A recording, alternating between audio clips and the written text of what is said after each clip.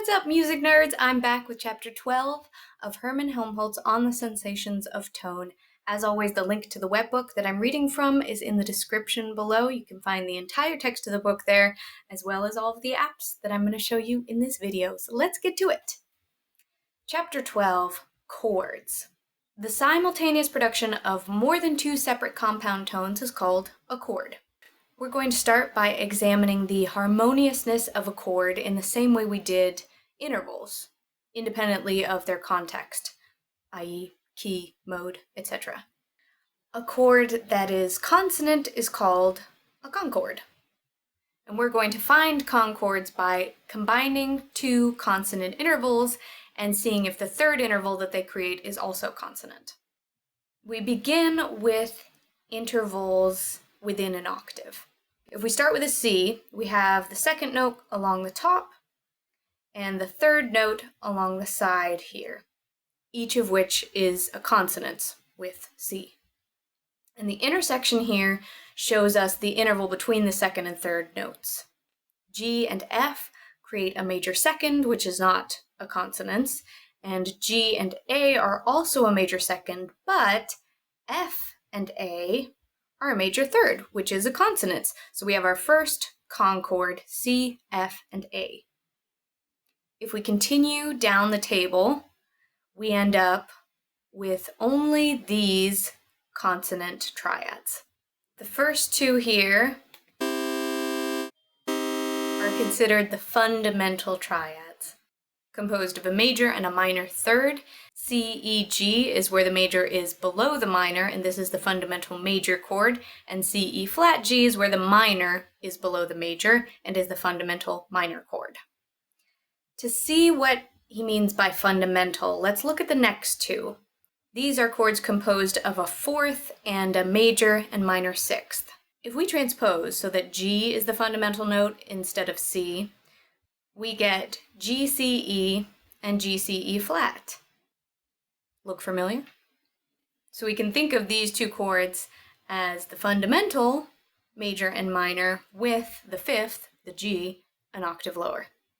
Let's look at these last two chords, consisting of the minor third and sixth and the major third and sixth. If we make the E and the E flat our fundamentals, these chords become E, G, C, and E flat, G, C, which again are inversions of our fundamental, the C moving an octave above. Now, Helmholtz has ordered these consonant triads in order of harmonious effect, and he finds that the three minor triads are less harmonious than the three major. And we're going to look at combinational tones to see why. Here are the major triads with their combinational tones below, and the combinational tones created by the primes and the upper partials are here beside.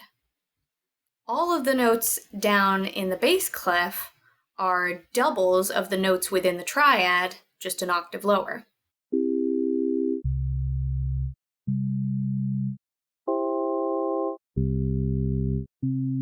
And while these 16th notes are dissonant, he confesses that he's never been able to hear them, even assisted with a resonator. So, on to the minor triads. While none of the first order combinational tones are close enough to beat, they do introduce new notes that are not a part of the triad and which disturb the harmony.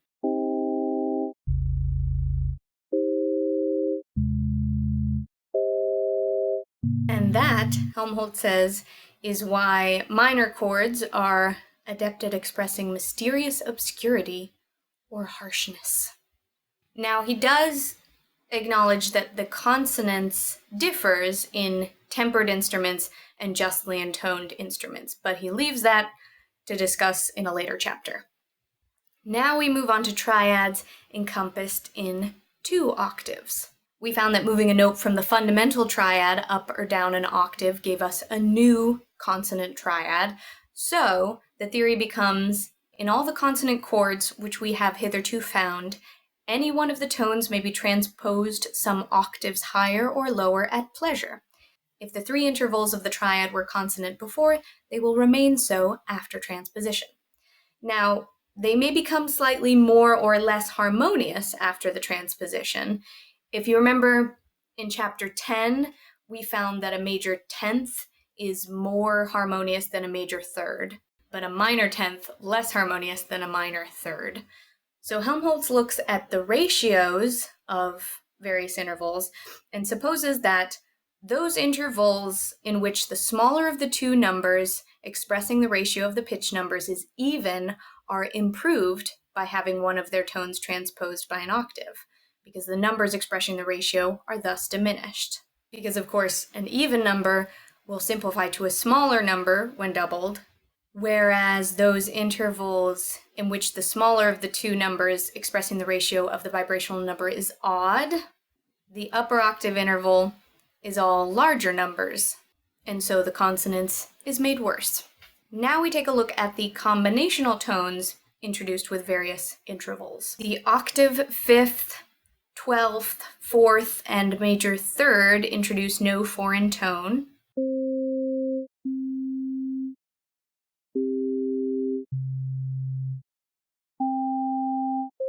We also have intervals which are made into complete major triads by means of their combinational tone. The 11th, minor 3rd, major 6th, and minor 6th. All of these are perfectly suitable for a major chord, but not a minor. And then we have the minor 10th and the major and minor 13th, which cannot form a triad without injuring the consonants with their combinational tone. So with that in mind, let's take a look at the most perfect positions for a major triad within 2 octaves.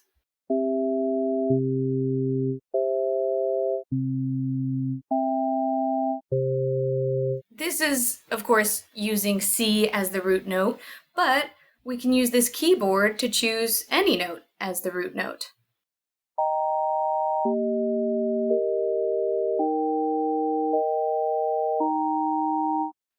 Now, if we allow ourselves the transpositions that create dissonant combinational tones, we get these less perfect major triads.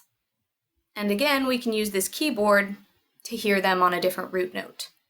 Let's compare with a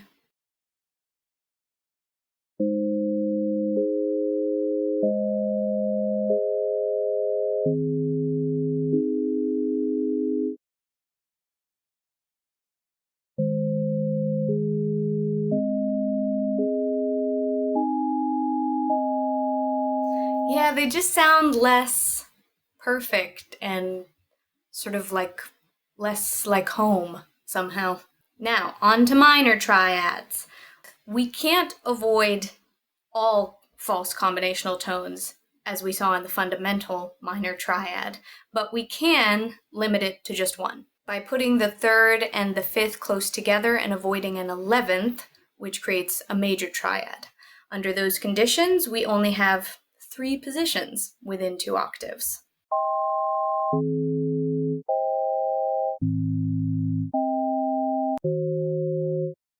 And here are all of our less perfect minor triads. Let's compare on an E.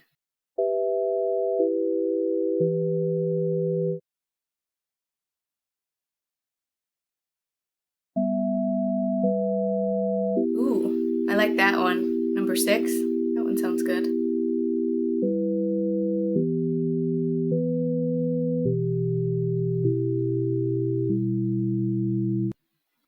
All right, on to tetrads.